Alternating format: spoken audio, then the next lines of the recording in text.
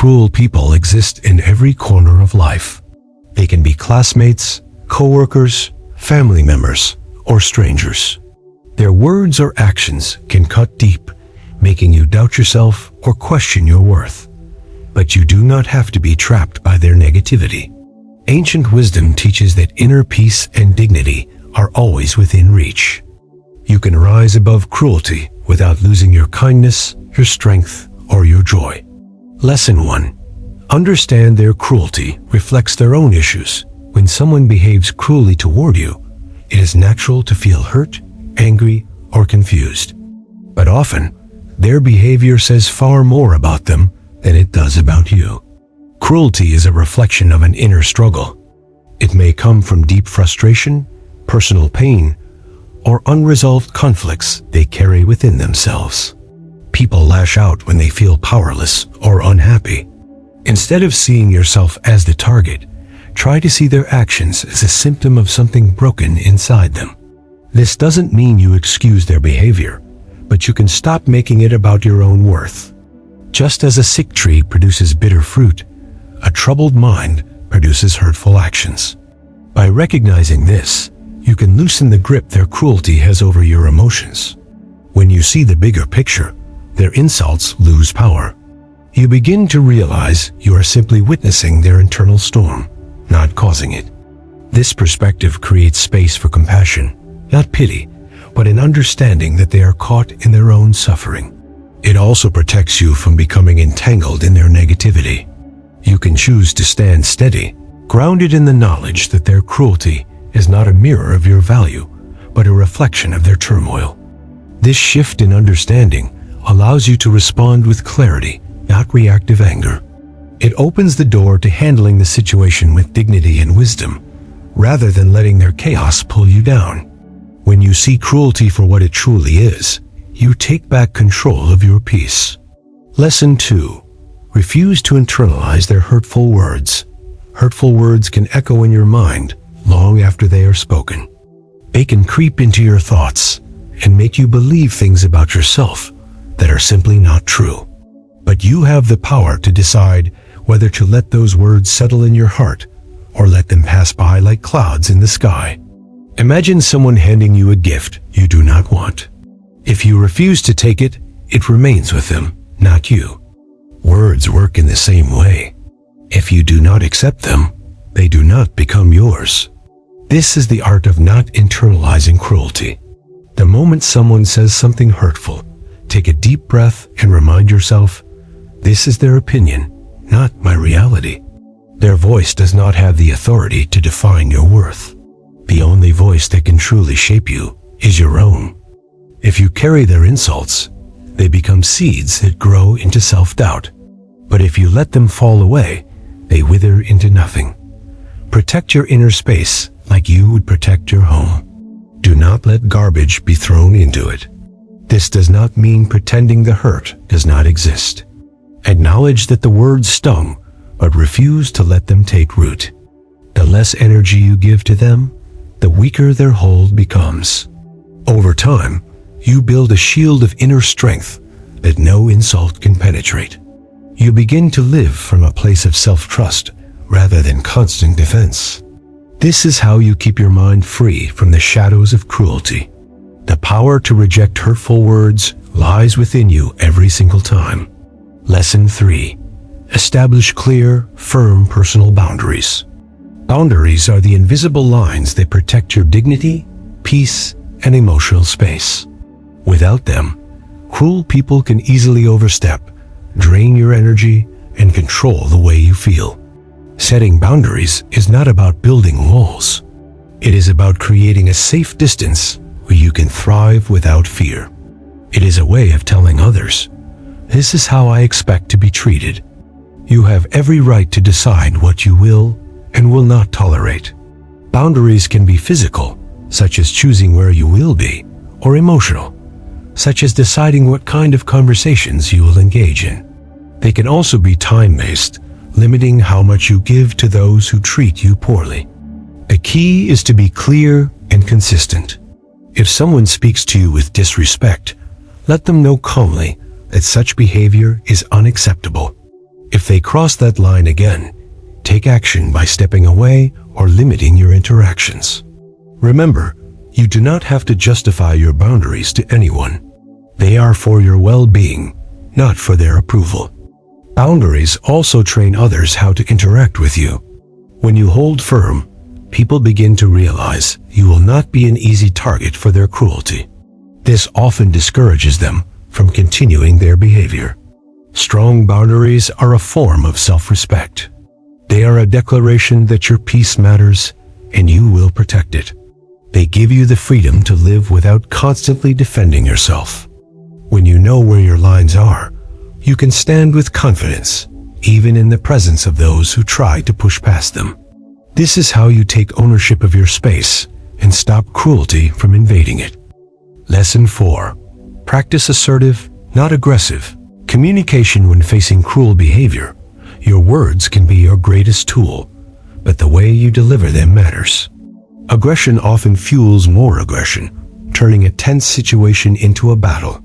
Passivity, on the other hand, allows the cruelty to continue unchecked. Assertiveness lies in the middle. It is the ability to express your feelings, needs, and limits clearly, calmly, and confidently without attacking the other person. Assertive communication begins with owning your emotions. Use statements like, "I feel disrespected when you speak to me that way," rather than, "You are always rude." This keeps the focus on your experience, not on blaming. Speak in a steady tone, maintain eye contact, and keep your body language relaxed but strong. Assertiveness is not about winning an argument. It is about protecting your dignity. It tells the other person you respect yourself enough to stand up for what is right while still showing them basic human respect. Cruel people often expect either a fight or silence. When you respond with assertiveness, you give them neither. Instead, you present a calm strength that cannot be easily manipulated. This approach also protects your inner peace. You are not matching their hostility, so you avoid absorbing their negativity. At the same time, you are not letting the behavior slide, which builds your self-confidence. Over time, assertive communication becomes second nature. It turns tense encounters into moments where you maintain control of yourself.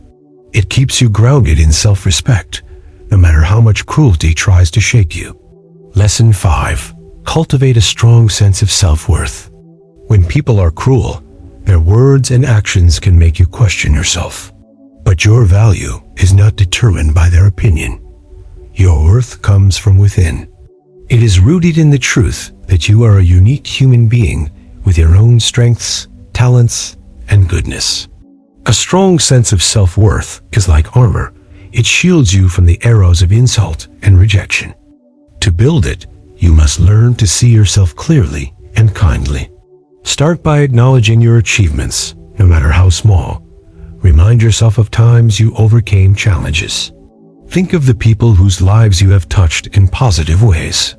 Self-worth also grows when you treat yourself with the same compassion you give to others. Speak to yourself in an encouraging voice, even when you make mistakes. Cruel people often target those they sense are unsure of themselves. But when you stand in quiet confidence, you become a far less tempting target. This doesn't mean arrogance. It means carrying yourself with a steady belief in your value. Even if someone tries to bring you down, that belief remains intact. You know who you are and what you stand for. You also understand that no one has the right to decide your worth for you.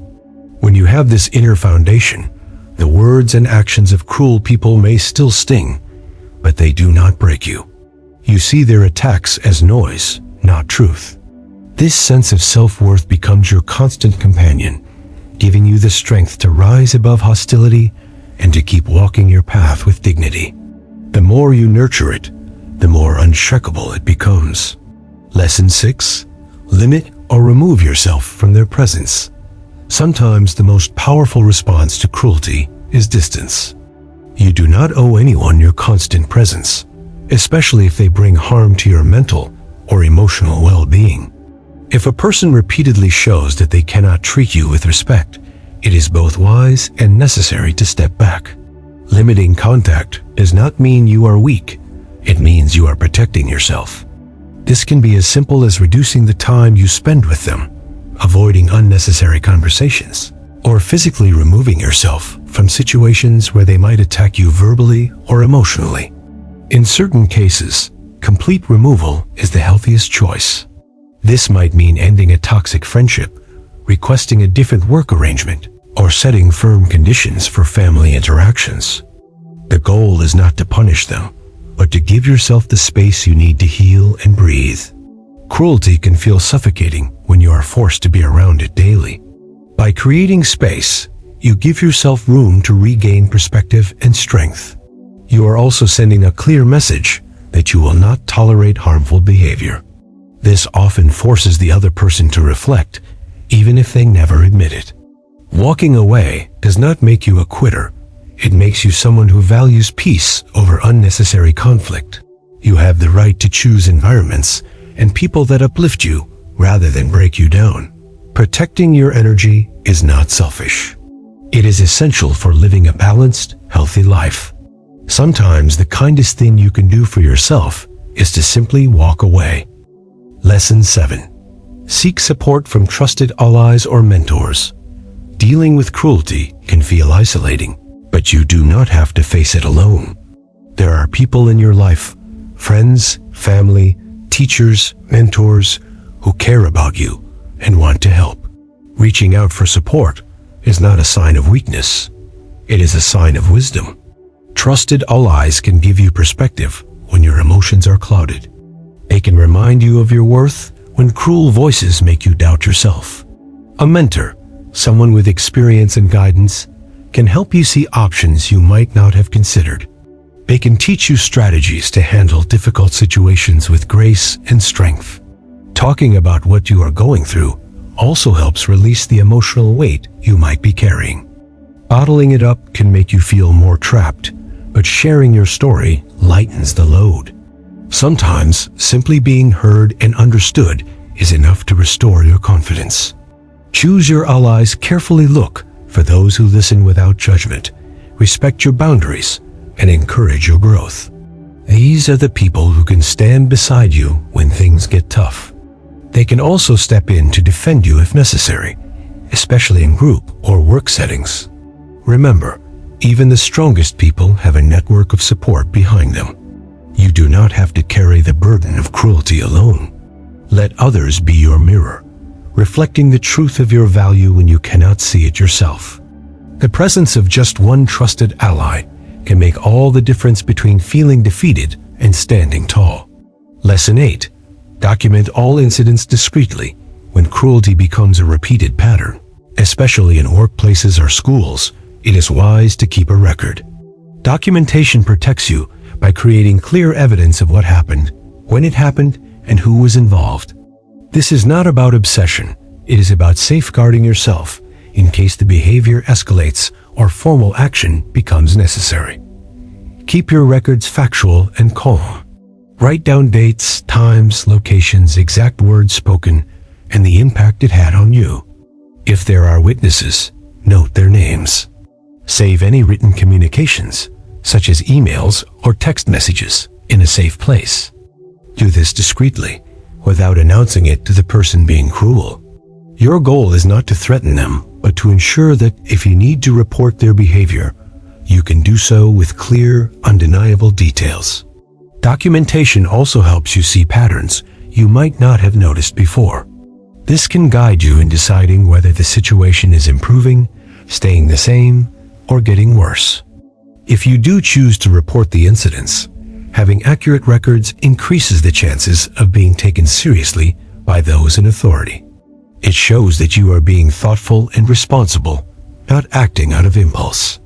Keeping this quiet record also gives you a sense of control in a situation that might otherwise feel overwhelming. You are not powerless, you are gathering truth. Truth has a way of standing strong, even when lies or manipulation are used against you. By documenting incidents, you take a quiet but powerful step toward protecting yourself and ensuring your voice is heard if the time comes to speak up. Lesson 9. Prioritize your emotional and mental well-being. When faced with cruelty, it is easy to spend all your energy reacting to it, but this drains you and leaves little room for joy or peace. Your emotional and mental well-being must come first. This means making time for activities that restore you, whether that is meditation, reading, nature walks, creative hobbies, or simple rest. Take care of your mind as you would care for your body. When cruelty leaves you feeling tense or anxious, practice deep breathing or gentle mindfulness to calm your thoughts. Surround yourself with people and environments that lift your spirits. Avoid spending too much time thinking about the person being cruel. Constant focus on them gives them more power over your emotions. Instead, focus on the things that bring you gratitude and fulfillment. This doesn't mean ignoring the problem. It means balancing it with the things that keep you whole. Mental well-being also comes from self-forgiveness. Do not punish yourself for the way someone else treats you. Their actions are their responsibility, not yours. Guard your inner world as you would guard a sacred space. Limit exposure to negative media or conversations that add to your stress. Treat yourself kindly in both thought and action. Remember, the healthier your mind, the stronger your ability to respond to cruelty with wisdom and strength. By making your emotional health a daily priority, you ensure that no matter how harsh the outside world becomes, your inner world remains a place of safety and calm. Lesson 10. Do not let their actions define your value. One of the most dangerous effects of cruelty is that it can slowly make you believe the lies it carries. If you hear negative words often enough, they can start to feel like truth. But your value is not shaped by someone else's actions or opinions. It is constant, like the sun behind the clouds. Whether people recognize it or not, it remains. This is why you must separate who you are from how others treat you. If someone disrespects you, it does not mean you are unworthy of respect. If they ignore you, it does not mean you are invisible. If they insult you, it does not mean their words define you. You define yourself. Take time to remind yourself of your qualities, your achievements, and the ways you have grown. Reflect on the challenges you have overcome and the kindness you have shown others. These are the measures of your value, not the cruelty of others. When you stop letting their actions write your story, you take back authorship of your life. Their behavior becomes a chapter, not the whole book. You realize that while you cannot control what they do, you can control the meaning you give it. You can choose to see cruelty as a test of your resilience rather than a verdict on your worth. This shift in perspective is powerful. It turns you from a passive recipient of harm into an active protector of your own identity. Your value is not up for debate. It is yours to own, protect, and believe in, no matter what anyone says or does.